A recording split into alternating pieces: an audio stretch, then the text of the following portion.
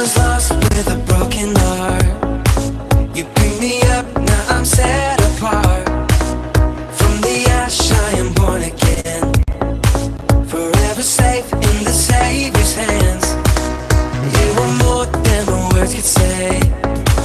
I follow you for all my days. Fix my eyes, follow in your ways. Forever free in unending grace. Cause you are my freedom. We lift you higher, lift you higher. Your love, your love, your love, never ending. Oh, oh, oh. You are alive in us. Nothing can take your place.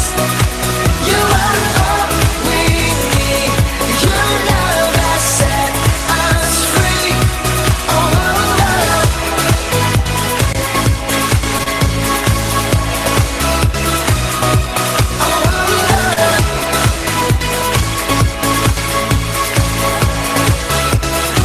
In the midst of the darkest night, let your love be the shining light, breaking chains that were holding me. You sent your son down and set me free. Everything of this world will fade. I'm pressing on till I see your face. I will live that your will be done. I won't stop till your kingdom come. Cause you are my freedom. We lift you higher, lift you higher. Your love, your love, your love, never ending. Oh, oh, oh. You are alive in us. Nothing can take your place. You are all we need. Your love has set us free. Oh, oh, oh.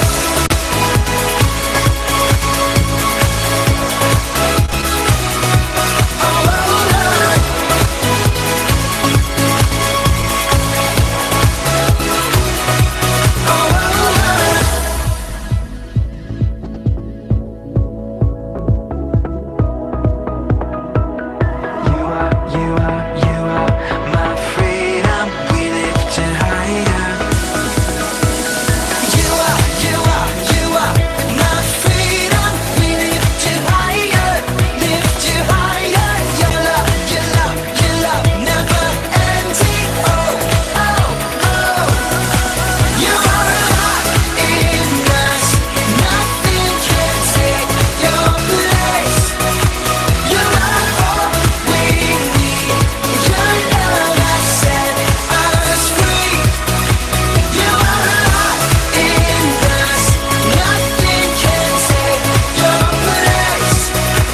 You are all we need. Your love has set us free. Oh, oh, oh.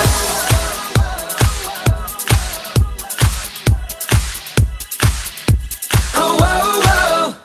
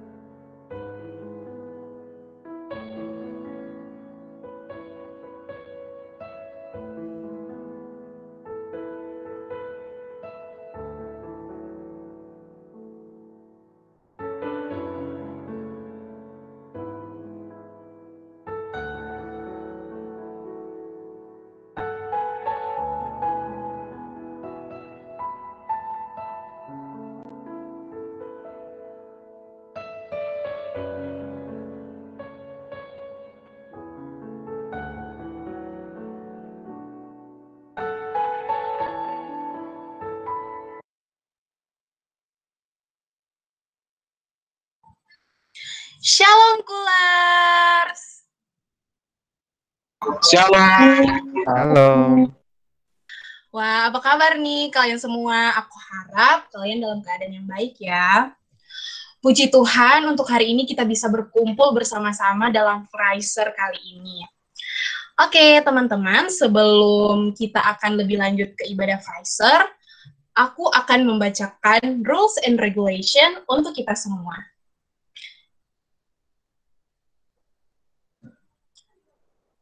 Yang pertama, wajib mengikuti acara dari awal sampai akhir. Yang kedua, open kamera, kecuali bagi teman-teman yang berkenalan. Yang ketiga, menggunakan baju yang bebas, pantas, dan rapi. Yang keempat, sepanjang jalannya ibadah, diharapkan mic untuk di-mute dan unmute di saat sesi tertentu ya teman-teman. Yang kelima, jika ingin keluar dari room Google Meet karena ada keperluan mendesak, bisa meminta izin terlebih dahulu pada room chat yang ada. Dan yang keenam, harus tetap antusias ya teman-teman. Sebelum kita memulaikan ibadah ini, aku akan menuntun kita dalam doa pembukaan. Mari kita satu dalam doa, kita berdoa. Ya Allah Bapa yang bertata di dalam kerajaan surga, terima kasih banyak ya Tuhan, karena Engkau telah membangunkan kami ya Tuhan tadi pagi dengan tubuh yang sehat dan diberkati oleh-Mu ya Tuhan. Hari ini kami bisa merasakan nafas kehidupan, kekuatan yang baru ya Tuhan yang Engkau berikan kepada kami. Tuhan, sekarang kami akan memulaikan Fraiser kami pada hari ini ya Tuhan. Tuntunlah ibadah kami ya Tuhan agar bisa berjalan dari awal hingga akhirnya nanti Tuhan. Inilah doa kami, ampunilah setiap salah dan dosa kami. Haleluya, amin. Selamat beribadah teman-teman.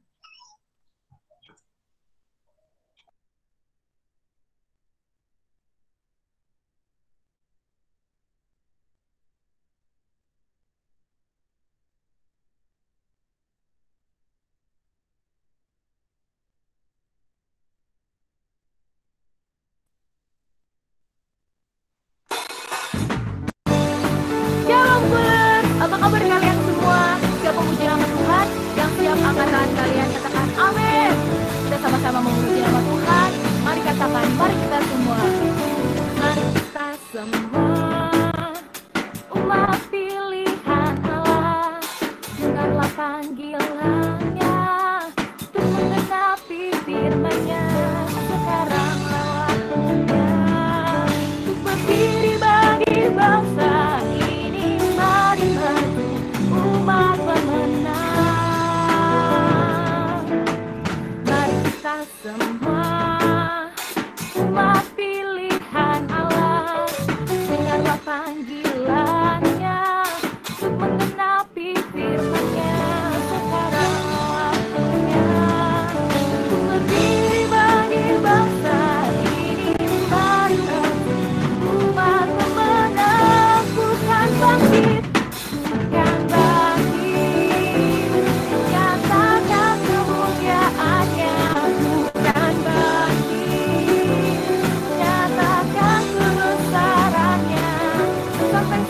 Lutut bertelut, semua lidah mengaku Yesus Kristus dialah Tuhan, Raja segala raja. Dialah Raja.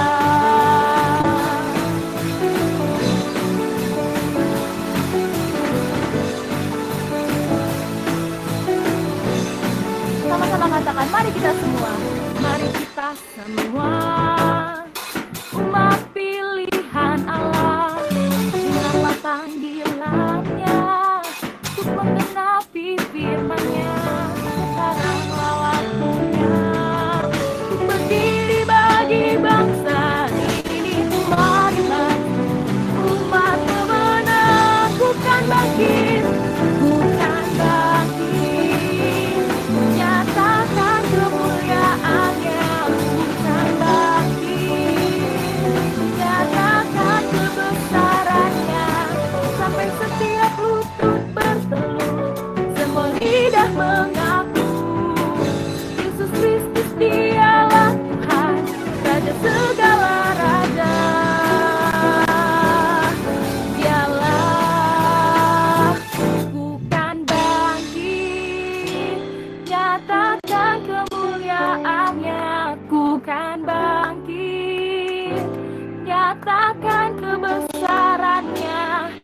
sampai setiap lutut bertelut, semua lidah mengaku Yesus Kristus dialah Tuhan, Raja segala raja.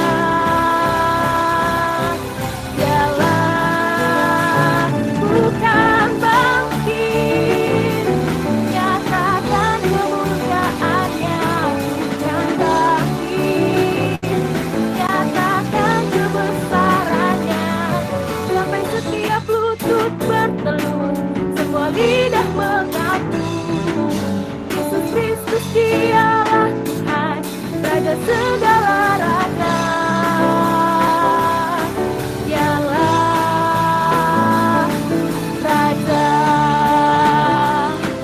dialah Raja, dialah Raja, dialah Raja. Beri kemuliaan untuk Tuhan Yesus.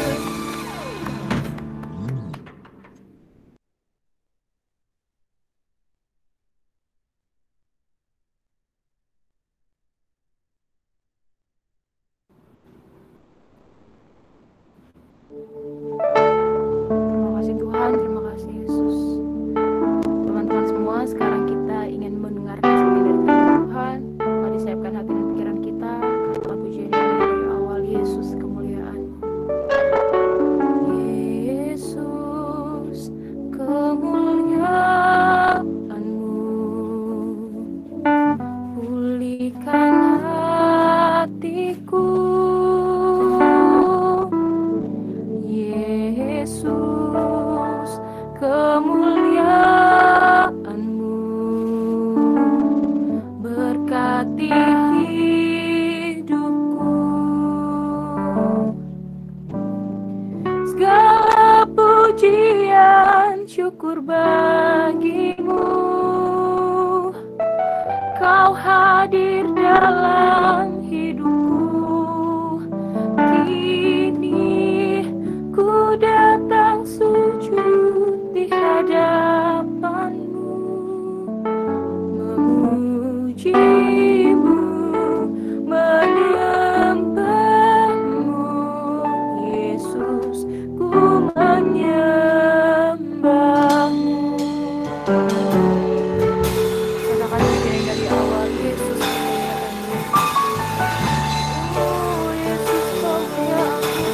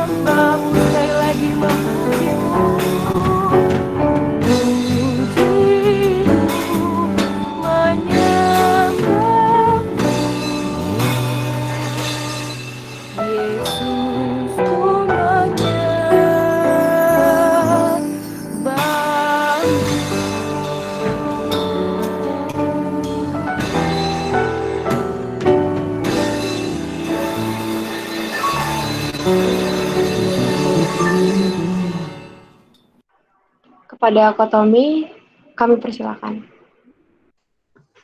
Ya, baik. Mari kita sama-sama berdoa.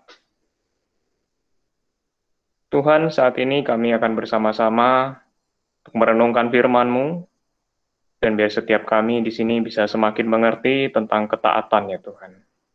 Dan kami mau agar setiap kami yang mendengarkan dan merenungkan firman Tuhan, kami diubahkan oleh Tuhan sendiri. Jadi, anak-anak Tuhan yang lebih taat, yang lebih menyenangkan hati Tuhan. Pakailah ya Tuhan hamba-Mu yang terbatas ini, agar kami semua bisa sama-sama belajar dari firman Tuhan. Di dalam nama Tuhan Yesus, kami berdoa. Amin. Oke, selamat siang semuanya teman-teman Coolers. Ya, pertama-tama saya mengucap syukur kepada Tuhan dan juga terima kasih untuk teman-teman pengurus Cool yang berkenan untuk mengundang saya kembali di dalam persekutuan ini ya untuk melayani bersama-sama. Nah, teman-teman semua, seperti tema yang sudah dikomunikasikan ke saya ya, yaitu tentang obedience atau ketaatan. Dan ayatnya kita akan bersama-sama baca dari Ulangan 11 ya. Mari kita bisa membuka bersama-sama Ulangan pasal yang ke-11 ayat 13 sampai 15 ya. Ulangan pasal 11 ayat 13 sampai 15 saya akan membacakan untuk kita semua. Dituliskan demikian, jika kamu dengan sungguh-sungguh mendengarkan perintah yang kusampaikan kepadamu pada hari ini, sehingga kamu mengasihi Tuhan Allahmu dan beribadah kepadanya dengan segenap hatimu dan segenap jiwamu, maka ia akan memberikan hujan untuk tanahmu pada masanya, hujan awal dan hujan akhir, sehingga engkau dapat mengumpulkan gandumu, anggurmu, dan minyakmu. Dan dia akan memberi rumput di padangmu untuk hewanmu, sehingga engkau dapat makan dan menjadi kenyang. Ya, teman-teman semua, di sini jelas ya perintahnya dalam ayat ke-13 ya, tentang perintah untuk taat ya. Jika kamu dengan sungguh-sungguh mendengarkan perintah yang kusampaikan kepadamu pada hari ini, sehingga kamu mengasihi Tuhan Allahmu dan beribadah kepadanya dengan segenap hatimu dan segenap jiwamu. Lalu kemudian di ayat ke-14 dan 15 adalah janji pemeliharaan Tuhan untuk Israel kalau mereka seperti di ayat 13, mendengarkan perintah Tuhan, mengasihi Tuhan dengan segenap hati dan segenap jiwa, beribadah kepada Tuhan. Nah, teman-teman, di ayat ke-13 ini memang untuk terjemahannya ada sedikit berbeda ya. Maksudnya begini, kan dikatakan, jikalau kamu dengan sungguh-sungguh mendengarkan perintah yang kusampaikan kepadamu pada hari ini, sehingga kamu mengasihi Tuhan. Ya kan terjemahannya seperti itu ya, kalau terjemahan baru, Alkitab yang secara umum kita pakai ya, di Indonesia, dikatakan sehingga kamu mengasihi Tuhan. Jadi seolah waktu kita sudah mendengarkan perintah Tuhan ya, yang mungkin sudah disampaikan di ayat-ayat sebelumnya, setelah mendengar itu jadinya kita diubah gitu, jadi berubah gitu, sehingga kamu mengasihi Tuhan dan beribadah. Sebenarnya terjemahan lebih tepatnya, ini ada salah satunya saya share ya, maksudnya saya akan bacakan, yaitu terjemahan, bukan terjemahan baru, tetapi AYT, yaitu dari Alkitab yang terbuka ya, maka singkatannya AYT. Ini dari Lembaga Sabda yang menerjemahkan, dan ini terjemahan paling baru ya, tahun 2018, berarti baru 3 tahun yang lalu diterbitkan. Dituliskan demikian ya untuk ayat 13, dan akan terjadi demikian apabila kamu patuh terhadap perintah yang kukatakan kepadamu hari ini, yaitu kasihilah Tuhan Allahmu dan layanilah Dia dengan segenap hatimu dan segenap jiwamu. Nah, teman-teman, maksud saya ada perbedaan ya tadi ya, kalau kita lihat, setelah kamu mendengarkan perintah Tuhan, kalau versi terjemahan barunya kan sehingga ya, kamu mengasihi Allah. Tapi kalau di terjemahan yang AYT tadi, ataupun kalau kita cek terjemahan-terjemahan bahasa Inggris, itu sebenarnya mau memaksudkan adalah kalau kamu mendengarkan perintah Allah, yaitu mengasihi Allah ya. Jadi perintah Allah adalah ya kita mengasihi Dia. Gitu ya. Ya memang kalau kita baca Alkitab, coba teliti kata per kata, ya memang kita baru bisa menemukan hal seperti ini ya. Dan baik juga sih kalau misalnya teman-teman Coolers mau studi Alkitab pribadi gitu ya, coba compare ya, banding-bandingkan dengan terjemahan-terjemahan yang lain gitu ya. Ya memang kita harus mengatakan bahwa ya waktu dalam penerjemahan itu memang juga ya dalam izin Tuhan ya, mungkin ada kurang tepat atau kesalahan, ya tapi itu semua tidak menghalangi kita untuk mempelajari firman Tuhan ya, karena Tuhan sudah memberikan kita banyak anugerah, apalagi sekarang ya, walaupun dalam masa pandemi, ya banyak mungkin orang bikin paket internet ya, ataupun secara online kita bisa studi lebih banyak sih sebenarnya, resource-nya lebih banyak, kita bisa bandingkan terjemahan-terjemahan, sehingga kita bisa studi lebih dalam lagi. Ya, jadi saya memilih terjemahan yang itu ya teman-teman, yaitu perintahnya adalah mengasihi Allah. Ya, Allah memerintahkan kita untuk mengasihi Dia. Ya memang kita bisa berpikir ya, kok apakah mungkin kasih itu diperintahkan gitu ya. Kita nggak bisa kan ya, mungkin kalau ke pacar kita gitu, lu kasih gue dong gitu. Masa lu membenci gue gitu misalnya seperti. Ya memang sih kita pasti expect pacar kita untuk mengasihi kita ya, tapi kalau diperintah rasanya kita kok nggak serk ya. Kasih itu kan dari hati ya, kok harus diperintahkan gitu ya. Nah tapi teman-teman semua, ya jelas ya firman Tuhan mengatakan bahwa kasih itu perintah sebenarnya.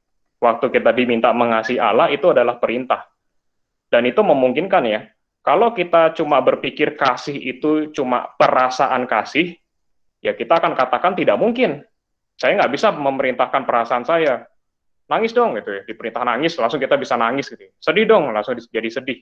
Atau diperintahin, senang dong ya. Orang lagi depresi diperintahkan, kamu jadi senang sekarang ya, terus dia langsung happy gitu ya, depresinya hilang. Ya tapi kan masalahnya tidak semudah itu kan ya, karena perasaan itu kan bukan suatu hal yang diperintahkan sebenarnya, tapi lebih ke ya bagaimana kondisi diri kita, itu seperti respon natural begitu ya. Tapi teman-teman kalau kita memikirkan kasih itu sebagai suatu keputusan kita, suatu komitmen kita, gitu ya.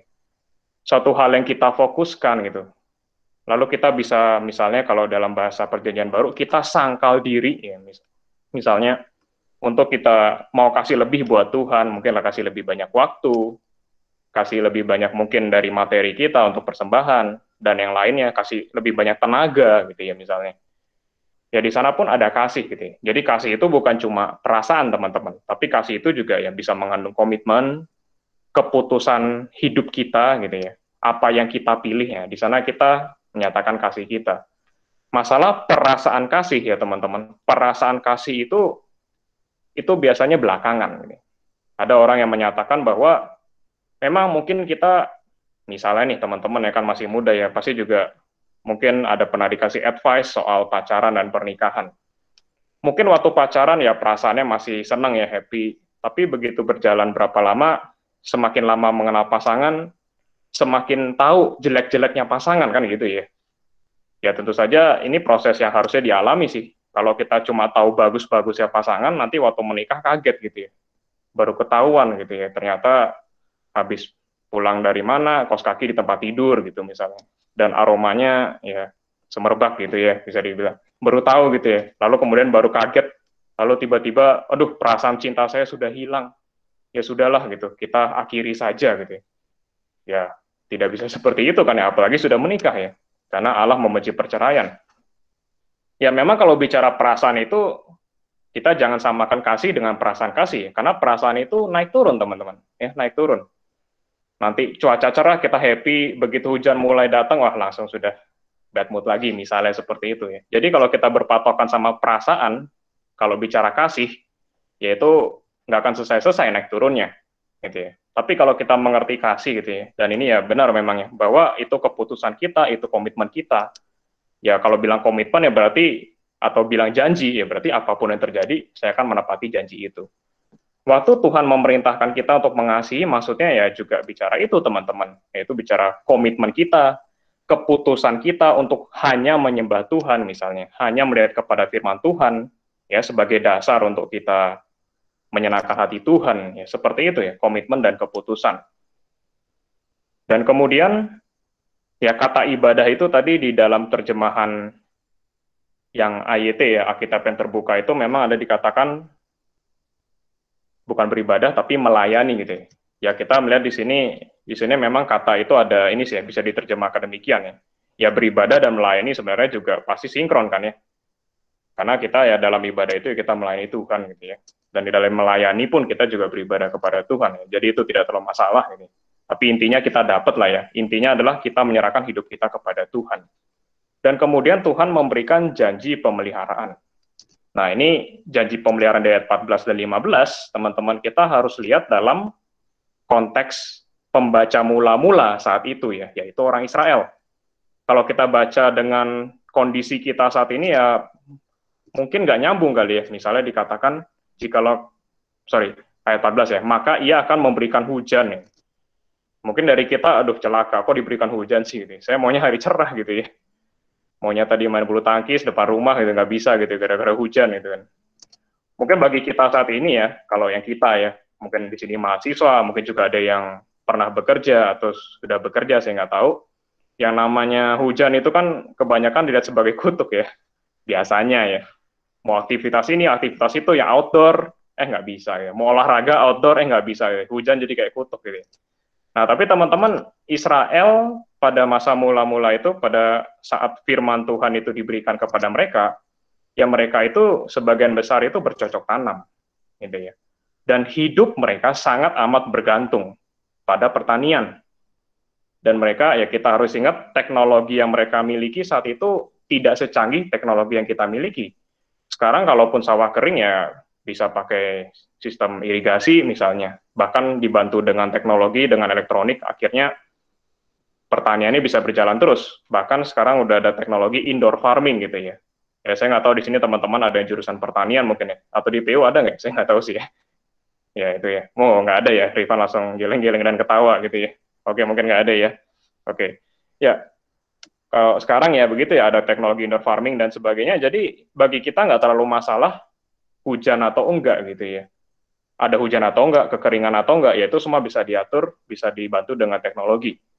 Dan juga teman-teman, apalagi di Israel saat ini gitu ya, mereka pakai dripping system gitu ya. Yaitu waktu mereka kan ini ya, ada bagian-bagian tertentu daerahnya memang kering gitu.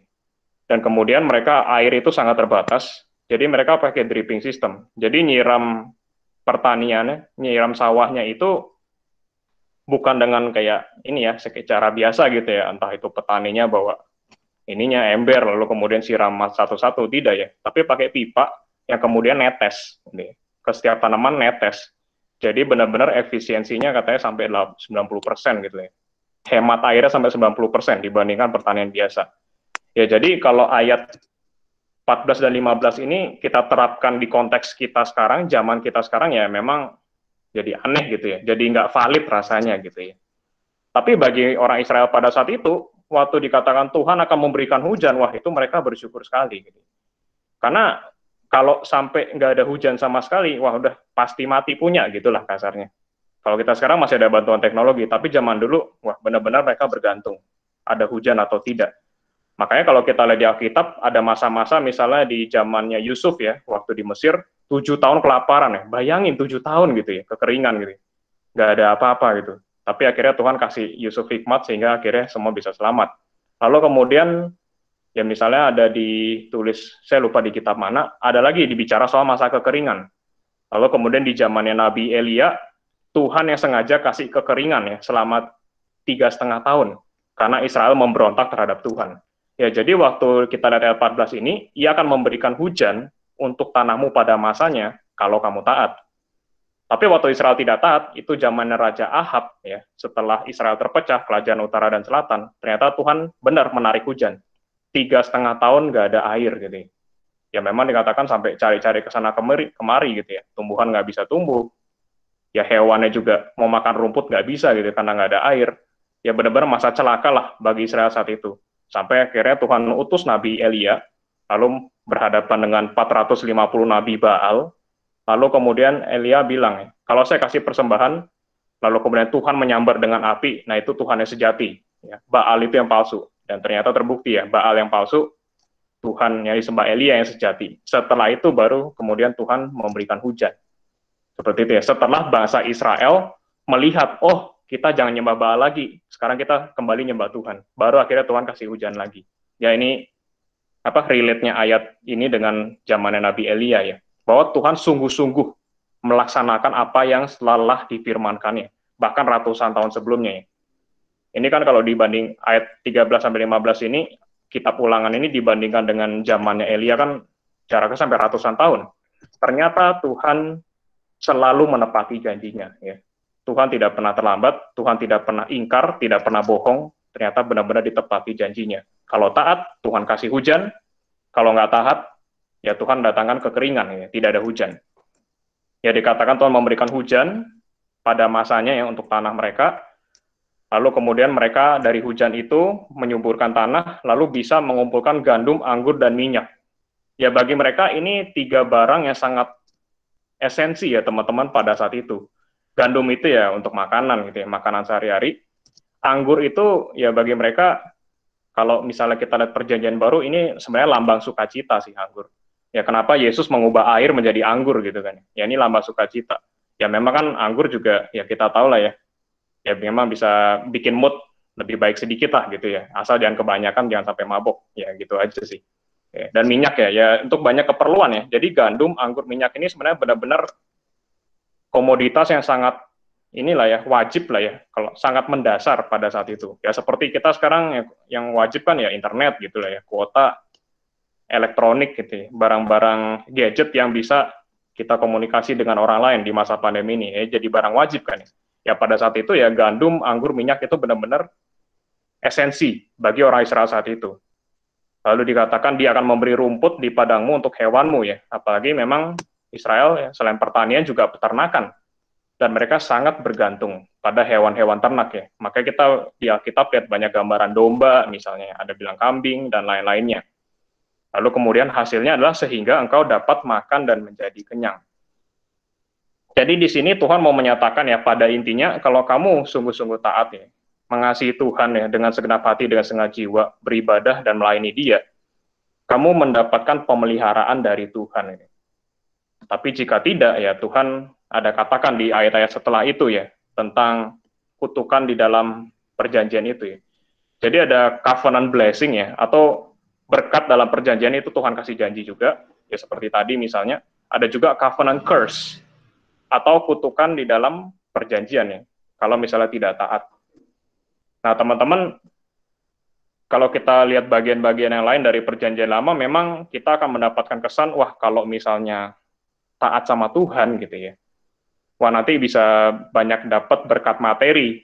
Ya memang demikian ya, di perjanjian lama memang Tuhan menjanjikan bagi Israel yang taat dapat berkat materi ya. Misalnya kita lihat zamannya Salomo, wah itu zaman kejayaan luar biasa gitu ya, sampai emas tiap tahun sampai dapat dikatakan 666 talenta gitu ya. Itu satu talenta biasanya sampai 30 kilo.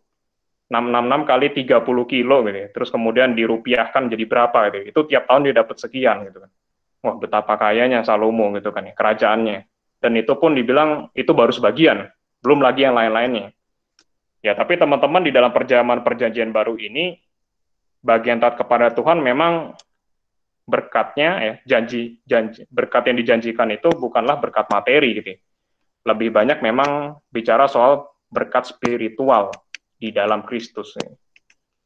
Ya, jadi kita mesti mengerti bedanya gitu ya.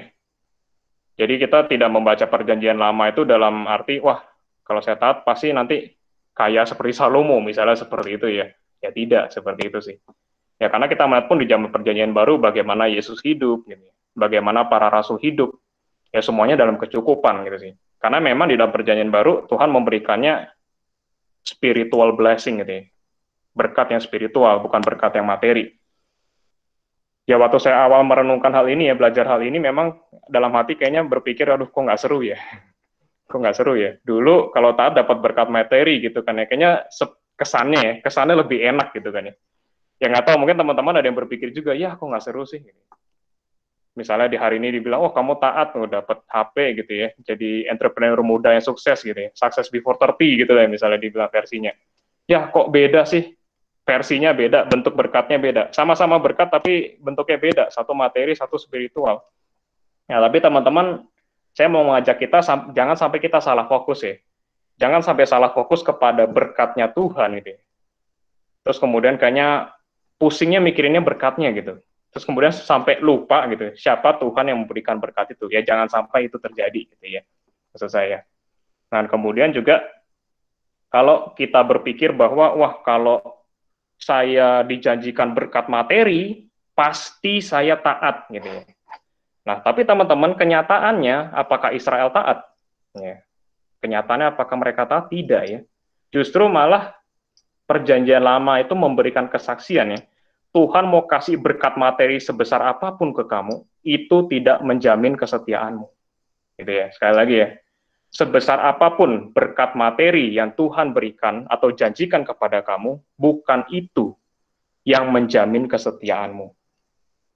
Tapi sebaliknya ya, di perjanjian baru malah kita melihat ketika kita diberikan berkat spiritual, apalagi dikatakan Yesus mengutus Allah Roh Kudus ke dalam hatimu, dan Allah Roh Kudus menjadi jaminan bagi keselamatanmu, dan janji Allah Roh Kudus memunculkan buah roh dalam hidupmu ya, kasih, sukacita, damai, sejahtera, dan lain-lainnya.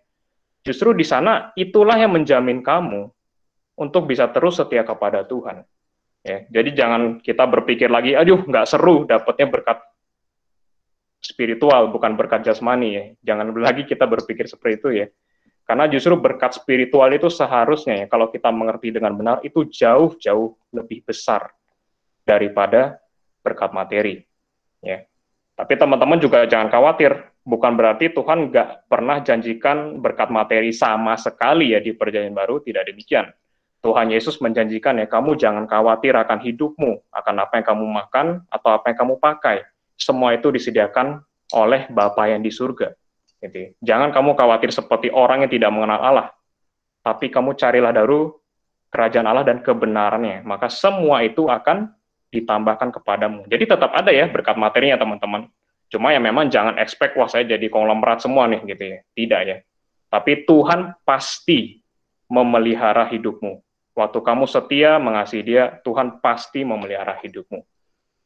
Nah, teman-teman, kalau bicara ketaatan memang bisa banyak sekali ya yang dibahas ya, tapi karena juga selain keterbatasan waktu dan juga ya kita lewat online ini biasanya memang lebih sulit fokus sih ya. Memang itu sudah terjadi survei di berbagai sekolah. Untuk fokus itu lebih sulit. Nah, maka saya cuma bahas ada satu hal lain lagi ya. Apa yang menjadi halangan bagi kita untuk taat. Gitu ya. Nah, memang bisa ada banyak hal yang dibahas, tapi saya mau fokus satu hal yang disampaikan di ayat selanjutnya, yaitu ayat 16. Ya. Tadi kita baca ayat 13 sampai 15. Tapi ada peringatan nih di ayat ke-16. Saya akan bacakan. Hati-hatilah supaya jangan hatimu terbujuk, sehingga kamu menyimpang dengan beribadah kepada Allah lain dan sujud menyembah kepadanya. Ya, langsung setelah ayat 15 Tuhan kasih warning. Hati-hati jangan sampai kamu menyembah berhala ya atau beribadah kepada Allah lain. Karena itu pasti akan menghalangi ketaatan kita, teman-teman. Ketaatan kita dipengaruhi oleh apa atau siapa yang kita sembah, yaitu pasti. Dan Tuhan Yesus di perjanjian baru mengatakan kamu tidak bisa mengabdi pada dua tuan. Kalau apalagi dua tuan ini adalah dua tuan yang punya pemikiran yang berbeda gitu. Sedangkan kita tahu Allah dan berhala itu sangat berbeda. Allah maunya apa, berhala maunya apa. Lalu kalau kita mau mengabdi kepada dua-duanya, wah ini jadi hidup yang terpecah. Allah bilang misalnya jangan persembahkan anakmu ya. Ya kalau mereka dulu menyembah dewa namanya Molek, itu mempersembahkan anak ke dalam api dengan janji dapat berkat besar. Lalu kemudian dewa Molek mengatakan, oh harus persembahkan anak. Ya ini berbenturan kan ya. Ya saya nggak tahu teman-teman pernah mengalami atau tidak gitu. Misalnya kalau ya mungkin yang pernah kerja di tempat kerja pemimpinnya siapa nggak jelas. Tiba-tiba bisa 2 orang atau 3 orang jadi bos. Masing-masing bos kasih perintah yang berbeda-beda kepada kalian gitu. Satu perintahan A, satu perintahan B, satu perintahan C, ya kalian pasti akan kebingungan ya. Nggak tahu mau setia sama yang mana gitu kan ya. Atau ya ini mungkin pernah mengalami semua ya. Di rumah misalnya, papa bilang A, mama bilang B gitu. Terus kemudian kalian bingung, mau taat yang mana gitu ya. Bilang ke papa, mama bilang B loh. Enggak, kamu ikut papa saja gitu kan. Oke. bilang ke mama, mah, papa bilang A, enggak, kamu ikut mama saja, ikut yang B gitu. Nah, celaka kan ya. Jadi terjepit kan ya, mau ikut yang mana? Ikut yang A, nanti dimarahin mama. Ikut yang B, dimarahin papa gitu kan ya. Ya akhirnya jadi serba salah kan ya. Jadi benar waktu Tuhan mengatakan tidak bisa mengabdi kepada dua Tuhan. Cuma bisa satu gitu. Dan yang terbaik adalah kita tahu ya kepada Allah, ya kepada Tuhan Yesus. Tapi mungkin kita bisa bertanya ya, menyembah berhala kan itu isu zaman dulu ya.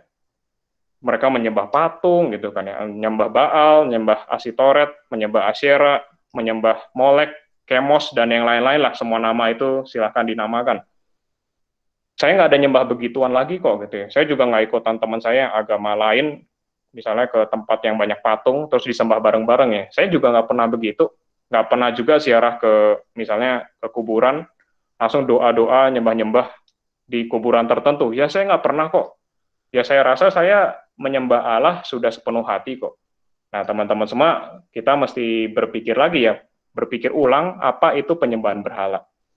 Kalau cuma sebatas menyembah patung gitu ya, saya yakin kita semua nggak ada lah di sini ya, nyembah patung atau nyembah kuburan tertentu, saya yakin tidak. Tapi teman-teman, apa sih sebenarnya definisinya penyembahan berhala? Apakah harus patung? Apakah harus ada bentuk tertentu di depan mata kita sembah, baru namanya penyembahan berhala? Ternyata tidak sesederhana itu, teman-teman. Karena dikatakan Alkitab, penyembahan berhala itu dimulai dari hati. Ya, misalnya dari Yeskiel 14 ayat yang ketiga. Coba saya akan bacakan Yeskiel 14 ayat yang ketiga. Ini Tuhan menyampaikan pesan kepada Yeskiel untuk kemudian disampaikan kepada orang Israel yang menyembah berhala. Hai anak manusia, orang-orang ini, maksudnya orang Israel, menjunjung berhala-berhala mereka dalam hatinya. Ya, jadi jelas ya, pemberhalaan itu dimulai dari hati, teman-teman. Tidak harus ada patung dulu, kita sembah, baru ada pemberhalaan.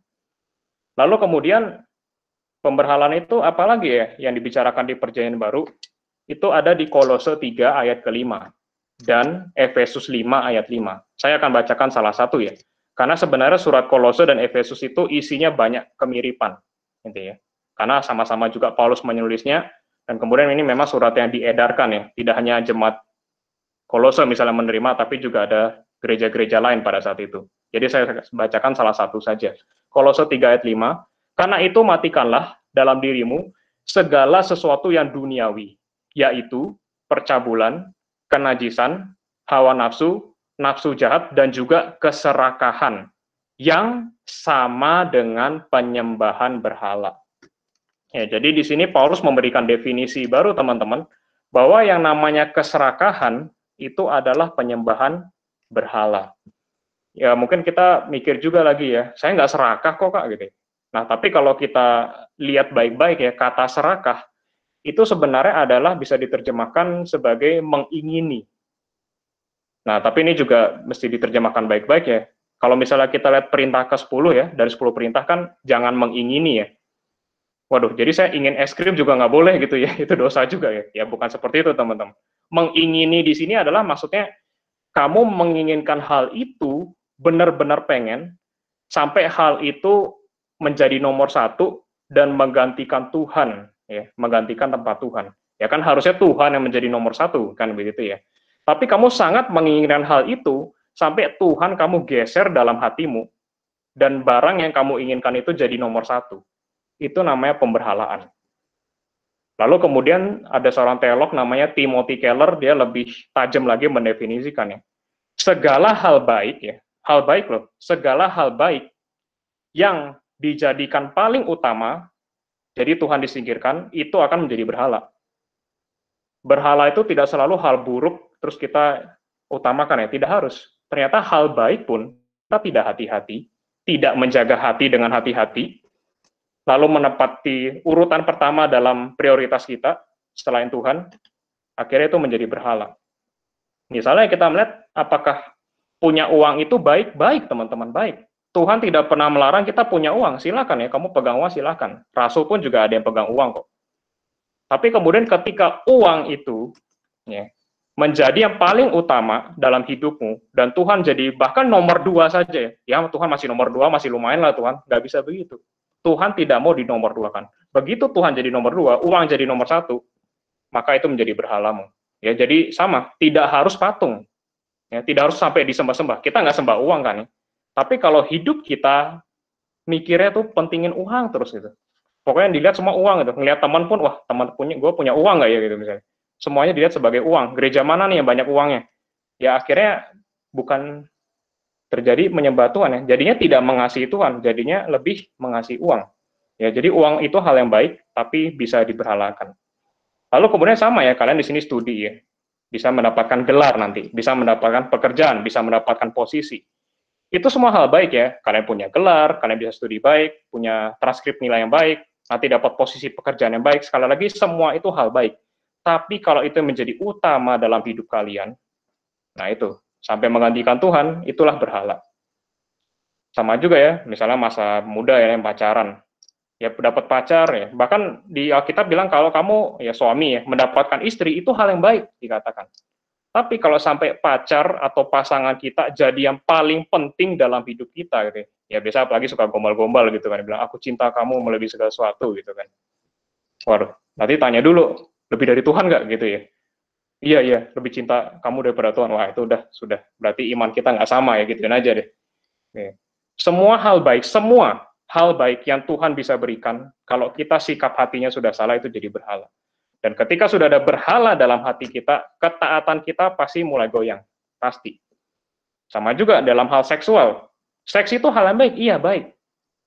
Di dalam pernikahan, ya dengan pasangan yang sah gitu. Tapi ketika mulai diselewengkan, entah itu pornografi, lalu kemudian dosa-dosa lain yang berkaitan dengan itu, yaitu menjadi berhala.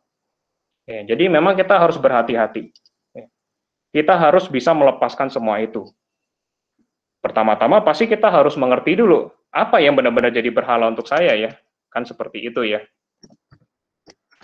Pasti kita berpikir, apa ya, cara taunya gimana ya, kalau ini tuh berhala atau bukan. Ya pertama-tama kita coba tanya diri kita perlu waktu evaluasi sih. Kita perlu waktu untuk memikirkan, ada nggak satu hal dari dalam hidup kita semua, yang kalau itu nggak ada, gitu, kita tuh kayaknya rasanya udah kehilangan makna hidup, kehilangan semuanya gitu. Kayaknya saya nggak bisa hidup tanpa hal ini. Ya teman-teman jangan bilang makanan ya. Kalau makanan memang perlu gitu ya. Tapi memang secukupnya kan. Berikanlah kami pada hari ini makanan yang secukupnya. Kalau makanannya kita pengen yang berlebihan ya itu juga udah nggak beres gitu. Tapi misalnya yang inilah ya, selain hal-hal kebutuhan yang memang standar gitu ya. Ada nggak? Ya mungkin misalnya zaman sekarang handphone kita misalnya. Like di media sosial misalnya, secara pribadi ya maksudnya, untuk pribadi diri sendiri. Atau enggak perhatian orang-orang terhadap kita. Gitu. Itu bisa menjadi berhala bagi kita. Gitu. Jadi kita coba cek lagi, bagian apa ya, yang kalau nggak ada dalam hidup saya merasa itu saya nggak layak untuk, saya nggak merasa ada nilai untuk hidup lagi gitu. Nah itu kita harus cari tahu. Lalu kedua adalah hal-hal yang men-trigger kita, men-trigger kita. Maksudnya adalah gini, misalnya teman-teman diajak debat soal soal teori ekonomi gitulah ya.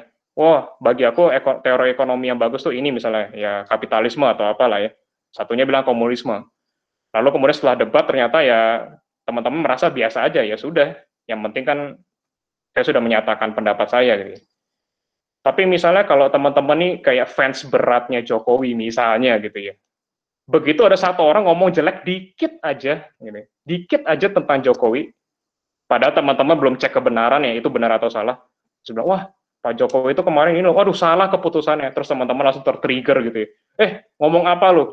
Gitu. Menghina Pak Jokowi gitu, gue laporin gitu. Kalau kita tertrigger seperti itu, kita harus mikir lagi, jangan-jangan kita sudah memberhalakan Jokowi gitu. Ya bukan salah Pak Jokowinya, ya kitanya sih.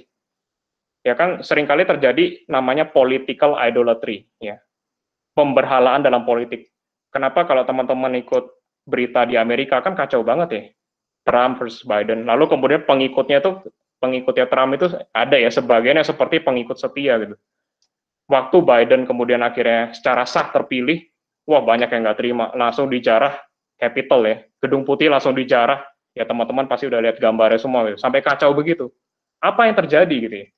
Karena mereka menganggap kalau Trump yang jadi presiden, wah ini baru juru selamat. Ini keselamatan kita di sini, waktu Trump bisa jadi presiden. Wah, kalau Biden gimana naik jadi presiden? Waduh, celaka, keselamatan kita hilang. Biden itu kasarnya kayak setannya lah gitu. Kalau setan yang jadi pemimpin, kacau kita semua. Wah, hancur Amerika begitu. Ya ini hati-hati, di sini sudah terjadi pemberhalaan politik. Juru selamat itu cuma Tuhan gitu. Kalaupun akhirnya Biden bisa naik jadi presiden, ya kita harus menerima itu pun dalam kedaulatan Tuhan. Ya. Karena pemerintah naik sama turun itu semua waktunya Tuhan yang tentukan. Jadi kalaupun misalnya ada pasangan favorit kita yang kita pilih gitu untuk jadi pemimpin negara, ternyata nggak sampai dia jadi pemimpin, ya sudah, kita nggak usah kecewa sih. Ya kita doa saja. Oke Tuhan, ini ternyata keputusanmu. Tapi saya tahu Tuhan kau kasih keputusan yang terbaik ini. Meskipun saya nggak ngerti sekarang keputusan yang terbaik apa, tapi saya mau terima misalnya. Ya jadi teman-teman untuk cari tahu ya, tadi apa yang menjadi berhala bagi kita, ya satu, yaitu ya, apa yang kita tidak bisa lepaskan dari hidup kita ini. Atau kalau kita kehilangan itu, rasanya hidup kita tuh jadi kosong. Ada yang, ini misalnya saya kutip dari Madonna ya, Madonna yang ini ya teman-teman ini kan ya udah tahu ya, yang gambarnya biasa dia pakai dress terus kemudian roknya terbang gitu kan ya. Ya, jadi jadi inilah ya. Jadi model yang paling terkenal saat itu gitu ya. Dia mengatakan begini, waktu saya di panggung ya, orang-orang memuji saya. Lalu kemudian orang tuh bersorak-sorak ya kepada saya, lalu saya bisa menampilkan kesuksesan saya tuh rasanya hidupnya tuh benar-benar ada meaning, ada makna hidup. Tapi kemudian saya tetap hidup dalam ketakutan nih. Loh kenapa? Kamu kan orang terkenal, kaya gitu, disukai banyak orang, kok kamu hidup dalam ketakutan? Kenapa? Karena saya harus terus mendapatkan tekanan, harus tampil lebih baik, tampil lebih baik, tampil lebih baik. Akhirnya itu jadi tekanan batin buat dia. Ternyata ya jelas sih di sana, ternyata Madonna di sana hatinya tidak bergantung kepada Tuhan. Ya dari statement itu ya, ternyata dia lebih melihat kepada kepopuleran, penerimaan orang-orang terhadap dia sebagai Tuhannya dia. Akhirnya dia tekanan hidup terus sampai mati. Begitu pula ya mungkin kasus baru-baru ya, nggak begitu baru sih, tahun lalu atau 2 tahun lalu ada artis Korea yang bunuh diri. Yang menyatakan, dia bilang begini, waktu di panggung saya merasa ada hidup sekali. Makna hidup saya tuh terasa banget waktu di panggung, saya begitu semangat. Tapi begitu turun panggung, saya merasa kosong. Saya merasa hidup saya seperti nggak ada artinya lagi. Akhirnya udah lama-kelamaan dia nggak tahan, akhirnya dia bunuh diri. Jadi di sana jelas ternyata dia mentuhankan yaitu kepopuleran, mentuhankan penerimaan orang-orang lain terhadap dia. Gitu. Dan ciri orang yang menyembah berhala itu jelas teman-teman, yaitu adalah mereka itu tidak bisa relate hidupnya dengan Tuhan gitu sih. Maksudnya begini, saya agak lupa. Ya jadi dia itu adalah orang yang ya kembali lagi ke poin yang tadi sih ya, masalah dia ini karena terikat pada sesuatu gitu ya, dia tuh tidak bisa berpikir jernih, ya itu sih ya, dia tidak bisa berpikir jernih, dia orangnya nggak bisa adil gitu. Seperti tadi kalau sudah memberhalakan politik ya, dia tidak bisa adil melihat banyak hal. Misalnya sudah memberhalakan Trump, ya sudah, pokoknya Trump itu pasti bagus, Biden pasti jelek. Jadi orangnya nggak bisa rasional lagi gitu. Itu ciri penyembah berhala gitu. Makanya dikatakan di Roma pasal yang ke-1, yang namanya penyembah berhala itu mereka pikirannya itu sudah dikatakan sudah gelap, dikatakan oleh firman Tuhan.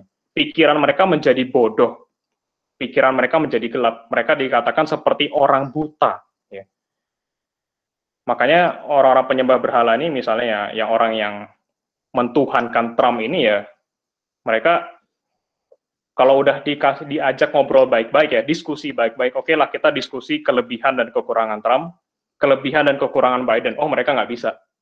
Pokoknya harus Trump yang paling bagus, Biden yang paling jelek, harus seperti itu. Jadi nggak bisa fair, teman-teman. Ya, jadi kita kalau ketemu ada orang-orang, atau kita ya pasti evaluasi diri dulu ya. Kok kita punya kecenderungan ke sini ya, misalnya. Kecenderungannya negatif lah gitu ya. Kok saya lebih membela yang ini daripada yang ini. Kok saya lebih melihat kelebihan yang ini daripada yang itu. Akhirnya jadi saya bisa evaluasi, oh ternyata saya mungkin hatinya sudah ke sana, nggak bisa objektif lagi begitu. Ya misalnya ada orang yang ini ya sudah terburu-buru ya, apalagi zaman dulu terburu-buru melihat komunisme itu sebagai juru selamat gitu. Akhirnya orang-orang langsung buang kapitalisme misalnya. Lalu kemudian langsung dianggap komunisme ini juru selamat kita. Tapi ternyata komunisme itu ternyata menghancurkan mereka. Sejarah sudah membuktikan. Ya kira-kira seperti itu teman-teman. Yang kalau kita mau mengetahui ya, tentang berhala dalam diri kita. Ya ini memang bukan tugas 1-2 hari ya. Lalu kita renungkan langsung ketahuan ya. Kadang kita pun perlu tanya teman kita. Orang-orang dekat kita yang rohani juga, ajak ngobrol gitu ya. Kamu melihat apa sih dari diri saya? Kamu lihat ada kecenderungan aneh nggak? Yang tidak mengutamakan Tuhan dalam hidup saya. Yang apa-apa, sharing-sharing ya. Itulah mengapa kita butuh saudara seiman ya. Kadang kita kalau ngelihat diri kita bisa bias, bisa nggak adil. Atau mungkin bukan kita nggak berniat nggak adil ya, tapi cara pandang kita kan terbatas. Tapi orang lain punya cara pandang yang lain. Nah itu kita bisa tanya mereka. Nah setelah kita menyadari bahwa misalnya ada gitu ya, berhala dalam hati kita, sebenarnya pada dasarnya kalau kita masih ada keinginan-keinginan yang nggak beres, itu sebenarnya kita belum mentuhankan atau menyembah Yesus sebagai Tuhan secara 100% sebenarnya. Mungkin teman-teman di sini nggak sampai menyembah berhala 100%, enggak gitu ya. Tapi waktu ditanya soal menyembah Yesus, mungkin di atas 50% lah gitu ya. Tapi masih 80 Kak, masih 90 waktu dicek-cek lagi. 10%-nya kemana? Masih ke yang lain ternyata. Nah itu pun sudah ada pemberhalaan ya. Tuhan mau dikasih hati kita tuh 100% gitu ya teman-teman. Jadi nggak bisa ada berhala sedikit pun di dalam hidup kita. Dan kalau kita sudah tahu dari cara-cara yang saya sharingkan, bahwa ada berhala dalam hati kita, ya maka kita berdoa, kita minta pengampunan, kita minta disucikan oleh Tuhan. Kita kembali kepada Alkitab, kita lihat kembali bahwa Allah itu jauh lebih berharga daripada semua berhala yang kita simpan itu. Dan kemudian ya, kita harus punya hasrat untuk Tuhan. Tidak cukup kita hanya menyingkirkan dosa ya, atau menjauhkan diri dari dosa. Tapi kita harus semakin dekat dengan Tuhan ya.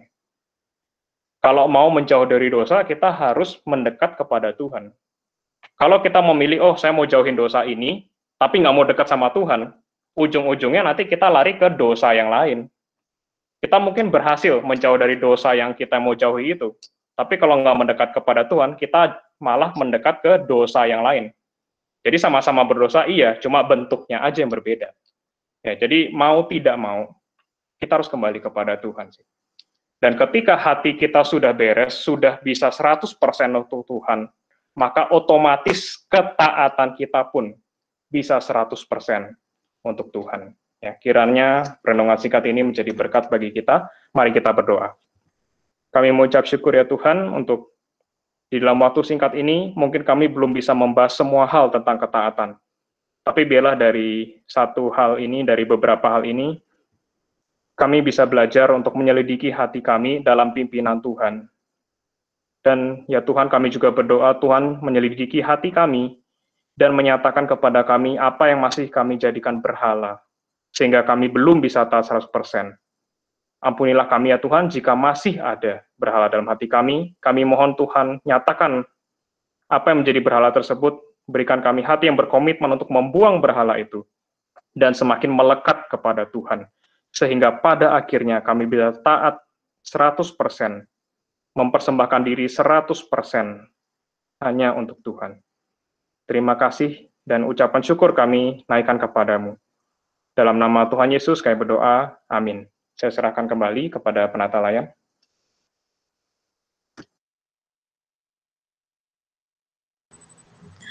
Wah, puji Tuhan kita bisa mendengarkan firman yang begitu berharga dari Kotomi untuk kita semua pada siang hari ini. Nah, sebelum kita ke agenda selanjutnya, aku mau mengingatkan kembali kepada teman-teman semua tentang poin-poin yang tadi diberikan oleh Kotomi. Nah, yang pertama, dari pembacaan yang ada, Allah memberitakan kita untuk mengasihi Dia. Kasih itu bukan hanya perasaan, tapi juga keputusan dan komitmen dalam hidup kita, teman-teman. Di sini juga kita diingatkan bahwa kita jangan samakan kasih dan perasaan kasih, karena perasaan itu naik turun dan tidak menentu. Ketika Tuhan memerintahkan kita untuk mengasihi Dia, itu sebenarnya bagaimana kita berkomitmen untuk selalu menyembah dan melayani Tuhan, dan juga menyerahkan hidup kita kepada Tuhan sepenuhnya. Nah, selanjutnya kita diingatkan bahwa jangan sampai kita salah fokus kepada berkatnya Tuhan. Jangan hanya fokus dengan berkat yang Tuhan berikan, sampai kita lupa bahwa siapa itu Tuhan untuk kita. Nah, sebesar apapun berkat materi yang diberikan Tuhan kepada kita, bukan itu yang menjamin tentang kesetiaan kita kepada Tuhan. Tuhan pasti memelihara hidup kita kalau kita tetap taat dan setia kepada Tuhan, teman-teman. Nah, selanjutnya, Ko Jimmy juga menyampaikan halangan-halangan untuk kita taat kepada Tuhan. Nah, dalam ayat 16, ketaatan kita dipengaruhi oleh apa dan siapa kita sembah. Nah, kita juga diingatkan bahwa kita tidak bisa mengabdi kepada dua Tuhan. Allah dan berhala itu adalah kedua hal yang sangat berbeda. Nah, selanjutnya apa definisi dari penyembahan berhala? Dalam kitab Yeskiel dijelaskan penyembahan berhala itu dimulai dari hati kita.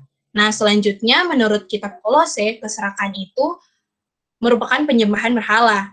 Mengingini ketika kita sangat menginginkan hal sesuatu dalam hidup kita dan hal itu menggeser posisi Tuhan dalam hati kita, itu sudah bisa dikatakan sebagai berhala. Segala hal yang baik yang dijadikan paling utama dalam hidup kita, dan hal itu menyingkirkan Tuhan dari dalam hidup kita, itu akan menjadi penyembahan berhala. Nah, ketika sudah ada berhala dalam hati kita, itu akan menggoyahkan ketaatan kita kepada Tuhan, teman-teman. Nah, selanjutnya, cara tahu ada hal-hal berhala dalam hidup kita atau tidak. Yang pertama, kita perlu evaluasi diri. Nah, dan selanjutnya, kita perlu tahu apakah ada hal-hal yang men-trigger dalam diri kita. Nah, selanjutnya ketika kita sudah tahu kalau ada seperti berhala dalam diri kita harus segera berdoa, meminta pengampunan kepada Tuhan. Nah, selanjutnya kita juga diingatkan bahwa kita harus punya hasrat untuk Tuhan, teman-teman. Nah, dan untuk semakin dekat dengan Tuhan, jika kita ingin menjauhkan diri kita dari dosa yang sebelumnya kita pernah buat, kita harus senantiasa mendekatkan diri kita dengan Tuhan. Itu aja poin-poin yang ingin aku sampaikan sekarang ini. Selanjutnya kita akan masuk, sebelum itu, sebelum kita masuk ke agenda selanjutnya, yuk teman-teman sama-sama kita open cam dan juga open mic, dan kita say thank you ke Kotomi. Oke, sudah siap teman-teman? Oke. Nah, 1, 2, 3. Thank you, Kak Tommy. Thank you, Kak Tommy. Bless you. God bless you. Terima kasih juga. God bless. Oke. Nah, selanjutnya kita akan ke agenda selanjutnya, yaitu pengakuan iman rasuli. MTDD boleh segera aktif. Terima kasih.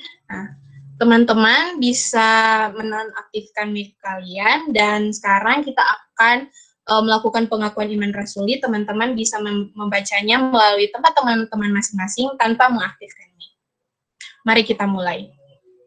Aku percaya kepada Allah Bapa yang Maha Kuasa, Khalik langit dan bumi, dan kepada Yesus Kristus, Anaknya yang tunggal Tuhan kita, yang dikandung daripada Roh Kudus, lahir dari anak darah Maria, yang menderita sengsara di bawah pemerintahan Pontius Pilatus, disalibkan, mati, dan dikuburkan, turun ke dalam kerajaan maut, pada hari yang ketiga bangkit pula dari antara orang mati, naik ke surga, duduk di sebelah kanan Allah Bapa yang Maha Kuasa, dan dari sana Ia akan datang untuk menghakimi orang yang hidup dan yang mati. Aku percaya kepada Roh Kudus, gereja yang kudus, dan persekutuan orang kudus, pengampunan dosa, kebangkitan daging, dan hidup yang kekal. Amin.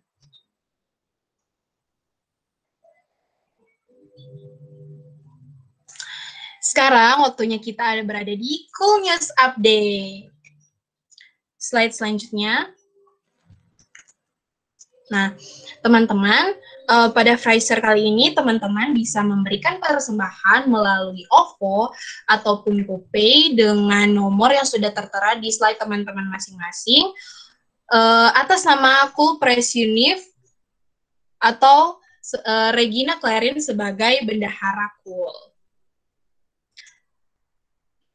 Slide selanjutnya. Nah, selanjutnya kita ada prayer box. Nah, di prayer box ini kalau teman-teman ada yang mau didoakan, baik perkuliahan, keluarga, ataupun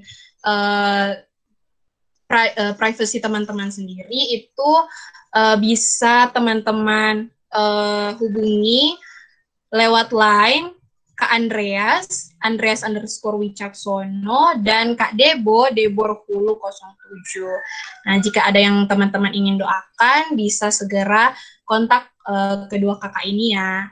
Nah, selanjutnya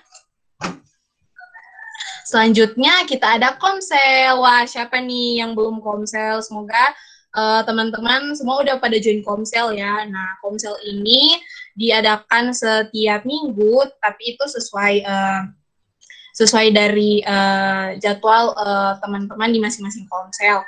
Nah, bagi teman-teman kalau memang belum ada yang belum masuk komsel, bisa segera kontak Kak Uli di WA di nomor 0838 9574 0785 dan lainnya Kak Heskia di @HeskiaVita AAA.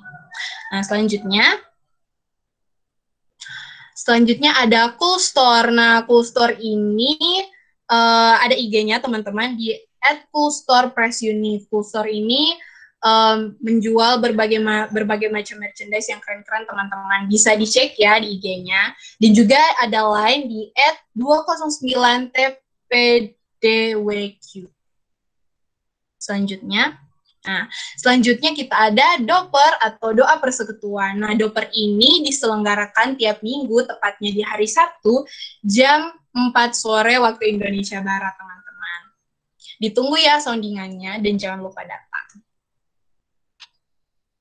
Nah, selanjutnya teman-teman kita ada evaluation form. Nah, evaluation form ini teman-teman para coolers yang hadir bisa memberikan saran untuk Fraser selanjutnya kepada kami lewat evaluation form yang ada. Selanjutnya ada form data untuk coolers tahun 2020, bisa diisi di link form yang ada ya teman-teman. Nah, selanjutnya yang terakhir kita ada Cool Social Media. Wah, bagi teman-teman mungkin yang belum follow IG-nya Cool, bisa segera follow di @coolpressunifofficial, dan juga kita juga ada OA line di @syb8539x. Nah, selanjutnya bagi teman-teman yang masih pakai Facebook, bisa Facebooknya page-nya Cool di Cool Press Unif. Dan selanjutnya kita ada YouTube. Nah, teman-teman bisa cek di YouTube dengan nama Cool Press Unif Official. Di YouTube Cool Press Unif Official juga ada record dari Fraser kita sebelumnya, teman-teman. Nah, itu aja untuk Cool News Update kita pada Fraser kali ini. Selanjutnya saya serahkan kepada Prayer. Terima kasih.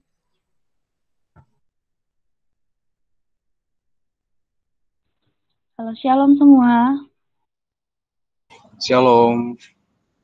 Shalom Kak Debo. Oke. Ya, shalom. Dipuji Tuhan semuanya bisa berkumpul, bisa bersama-sama kita mendengarkan firman Tuhan. Oke. Kita akan berdoa. Yang pertama-tama kita siapkan dulu hati kita, siapkan pikiran kita bersama-sama. Kita arahkan lagi hati dan pikiran kita kepada Tuhan. Mari kita berdoa. Bapa yang baik, Bapa yang berada dalam kerajaan sorga, terpuji-pujilah namamu Tuhan atas setiap berkat yang boleh kami terima Bapa. Mulai dari kami bangun hingga pada siang hari ini Tuhan, kami dapat berkumpul bersama-sama tanpa kekurangan suatu apapun Tuhan. Terima kasih Tuhan karena Fraser hari ini Tuhan telah berjalan lancar Bapa. Kami percaya Bapa apapun yang telah disampaikan Tuhan dapat menjadi rema bagi kehidupan kami Tuhan. Kami bersyukur juga untuk kesempatan kami pada pagi hari ini Tuhan, siang hari ini pada Fraser ini Tuhan Yesus, kami masih boleh berkumpul Bapa. Kami masih boleh melihat kabar satu sama yang lain Tuhan, mendengar semua kabar baik Tuhan Yesus dari setiap teman-teman kami Bapa. Kami rindu Tuhan untuk bertemu secara langsung Tuhan Yesus. Kami rindu tatap muka Tuhan dengan satu sama yang lain Bapa. Tapi Tuhan kiranya kehendak mulai yang jadi Tuhan Yesus. Di sini juga Tuhan Yesus kami berdoa Bapa untuk Katomi Tuhan yang telah memberitakan firman-Mu Tuhan. Kiranya Bapa firman-Mu dapat tertanam di hati kami Tuhan, dapat menjadi rema Tuhan, dan juga dapat menjadi teguran juga bagi kami Tuhan, untuk selalu taat kepadamu Tuhan, untuk selalu taat pada firman-Mu Bapa. Berkati Katomi Tuhan Yesus yang telah memberitakan firman-Mu Tuhan, berkatilah ia berlipat kali ganda Tuhan, sesuai janji-Mu Bapa. Engkau berkati juga keluarganya, profesinya Tuhan Yesus, dan setiap aktivitas-aktivitasnya Tuhan, kami serahkan di dalam tangan-Mu, agar ia selalu berada dalam lindungan-Mu saja Bapa. Kami juga berdoa Bapa untuk setiap firman Tuhan yang telah disampaikan Tuhan, banyak yang menjadi pukulan bagi kami Tuhan, banyak yang menjadi cambukan bagi kami Bapa, bahwa semenjak global pandemi ini Tuhan, mungkin kami turun Tuhan Yesus dalam berhubungan lagi dengan Kau Tuhan, mungkin kami kurang kurang dalam mengandalkan Kau Bapa. Maka dari itu Tuhan, melalui firman yang telah disampaikan pada hari ini Tuhan, kami ingin kembali berkomitmen Bapa untuk lebih lagi mendekatkan diri kepadamu Tuhan, memperbaiki hubungan kami kepada Engkau Bapa, menjadi anak-anak yang taat dan takut akan Kau Bapa. Kami ingin menjadi pribadi yang selalu mengandalkan Kau dan takut akan Kau Tuhan Yesus. Kami akan menyerahkan kesehatan kami Bapa, kami akan menyerahkan keluarga kami Bapa, kami akan menyerahkan perkuliahan kami juga akan menyerahkan keluarga kami Bapa, yang berdoa untuk kami di sini, untuk kami berkuliah Tuhan Yesus. Terima kasih Bapa, terima kasih Yesus, terima kasih Roh Kudus. Terpuji-pujilah nama-Mu Bapa, karena pada hari ini juga Tuhan, hari yang baik bagi kami semua Tuhan Yesus, karena kami bisa mendapatkan teguran lagi Tuhan Yesus untuk tetap taat pada Engkau Bapa. Ampuni setiap kesalahan kami Tuhan, kelalaian kami, setiap kesalahan yang baik disengaja maupun tidak disengaja Tuhan. Mungkin hati Engkau sedih Bapa melihat perlakuan kami Bapa. Ampuni kami Tuhan Yesus, berikanlah kami hati dan pikiran yang selalu tertuju pada Engkau Tuhan, sehingga kami bisa melaksanakan komitmen kami Bapa. Tetap tilik hati dan pikiran kami Tuhan Yesus, untuk selalu tertuju padamu saja Tuhan, dan percaya pada firman-Mu Tuhan Yesus, bahwa setiap janji-janji-Mu itu nyata Tuhan dalam kehidupan kami. Kami juga berdoa Tuhan untuk setiap kekhawatiran kami Bapa, pribadi lepas pribadi, setiap masalah kami Tuhan, pribadi lepas pribadi, kami serahkan dalam tangan-Mu Tuhan. Kiranya Engkau campur tangan dalam kehidupan kami Tuhan Yesus, dalam masalah kami Tuhan. Karena kami percaya Tuhan, Engkau lebih besar daripada masalah kami yang ada Bapa. Terima kasih Bapak, terima kasih Yesus. Kami juga tidak lupa Tuhan berdoa untuk global pandemi ini Bapak, yang sampai sekarang Tuhan merajalela Tuhan. Kami mendengar berita bahwa setiap yang terjangkit semakin tinggi Tuhan Yesus. Banyak kekhawatiran Tuhan yang tetap terjadi dalam kehidupan kami Tuhan, tapi kami percaya Engkau akan campur tangan Tuhan dalam global pandemi ini Tuhan. Engkau akan campur tangan Tuhan bagi setiap pasien-pasien yang telah terjangkit Tuhan Yesus. Berikan mereka sukacita Tuhan dalam menjalani Tuhan, dan rasa percaya lagi Tuhan bahwa mereka akan sembuh di dalam nama Tuhan Yesus Kristus. Kami juga berdoa Tuhan untuk setiap garda terdepan Tuhan yang telah turun tangan Tuhan Yesus, begitu juga pemerintahan Tuhan. Kami percaya Tuhan, Engkau selalu memberikan mereka kekuatan, Engkau selalu memberikan mereka hati yang tulus Tuhan untuk melayani Tuhan dalam pekerjaan mereka Bapa. Terima kasih Bapak, terima kasih Yesus. Kami berdoa juga Tuhan, khusus sekali Tuhan untuk global pandemi ini Bapak, agar kami berharap Tuhan agar pandemi cepat berakhir Bapak, kami dapat melakukan aktivitas kami seperti semula Tuhan. Tetapi Tuhan, kami tetap percaya, kami tetap menyerahkan ini dalam tangan-Mu, sehingga semuanya akan menjadi yang terbaik yang telah Engkau pilih Bapak, dan berakhir sesuai dengan kehendak-Mu saja Bapa. Kami percaya Tuhan Yesus, apapun yang terjadi Tuhan pada kami Tuhan, apapun yang terjadi untuk setiap umat-Mu Tuhan di sini Tuhan, kami serahkan dalam tangan-Mu. Lindungi kami Tuhan, tetap pilih kami Tuhan pribadi pas pribadi Bapa. Kami juga tidak lupa Tuhan untuk berdoa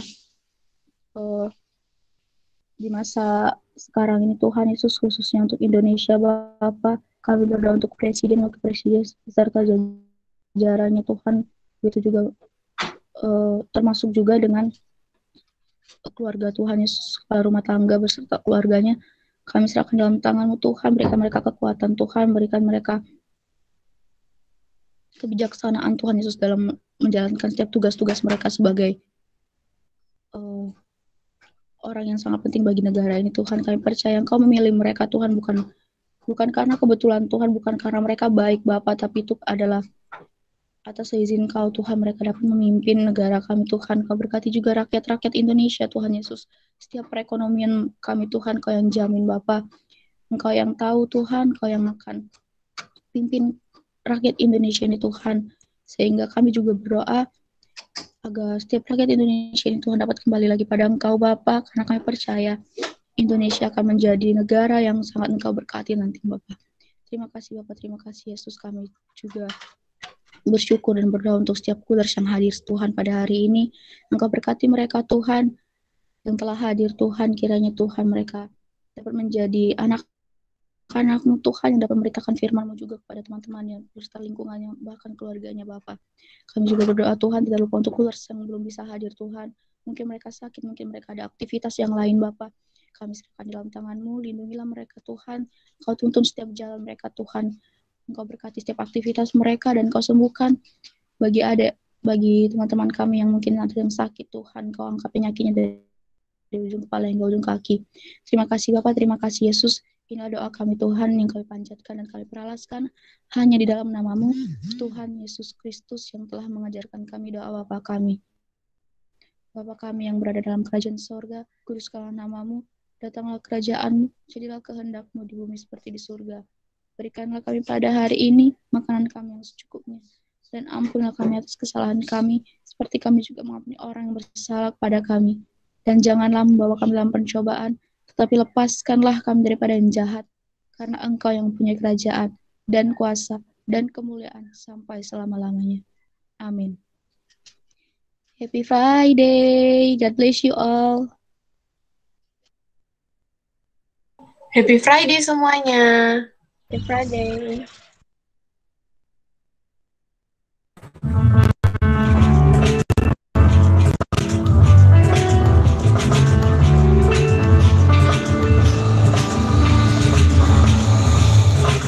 Welcome, brother and sister. We are glad to see you. Now we are family of living will see you and see. Jesus loving, Jesus loving, Jesus loving, you so divine. God, oh God, welcome, brother and sister. We are glad to see you. Now we are family of holy will see you and see. Jesus loving, Jesus loving, you so divine. God, oh God, amen. God, oh God, amen.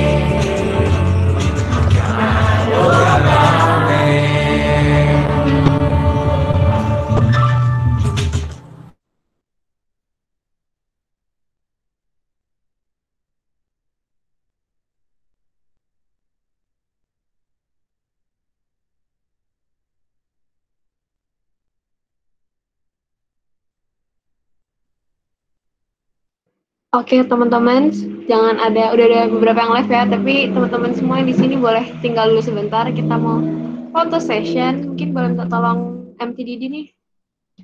Ayo on cam dulu guys, mau lihat dulu nih, masih baik banget yang belum on cam. Yuk.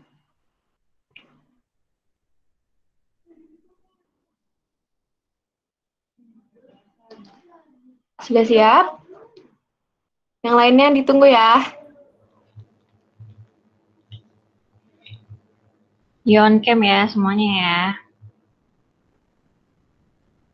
1, 2, 3, cheese.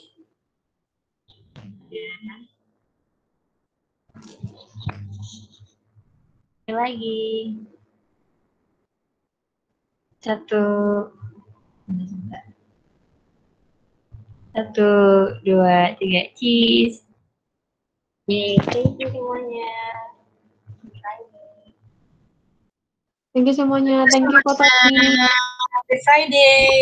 Happy Friday. Thank you, Kak Tommy.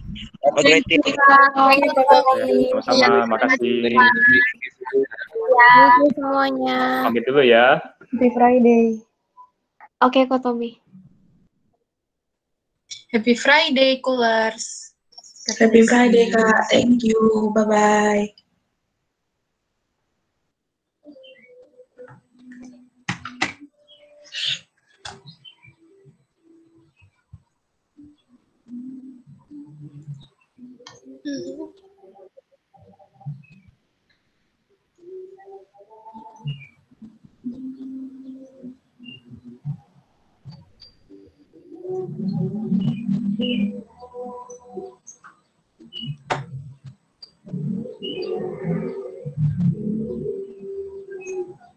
Oke guys.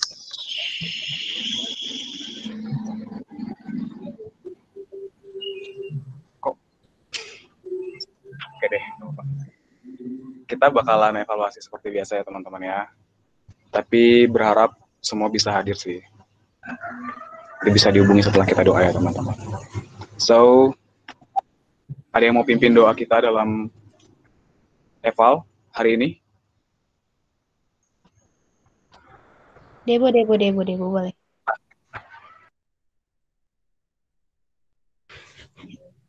Mari kita bersatu dalam doa. Terima kasih Tuhan, terima kasih Yesus, terima kasih Roh Kudus atas pimpinan-Mu Tuhan, sehingga Fraiser pada hari ini telah berjalan dengan baik Tuhan, tanpa kekurangan suatu apapun.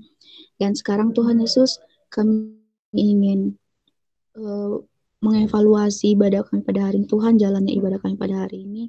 Setiap komiti Tuhan Kau berkati, setiap yang hadir sekarang Tuhan Kau berkati.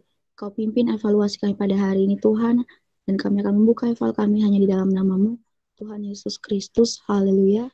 Amin. Wow, tumben nih. Eval kita banyak orangnya. Tangan dulu.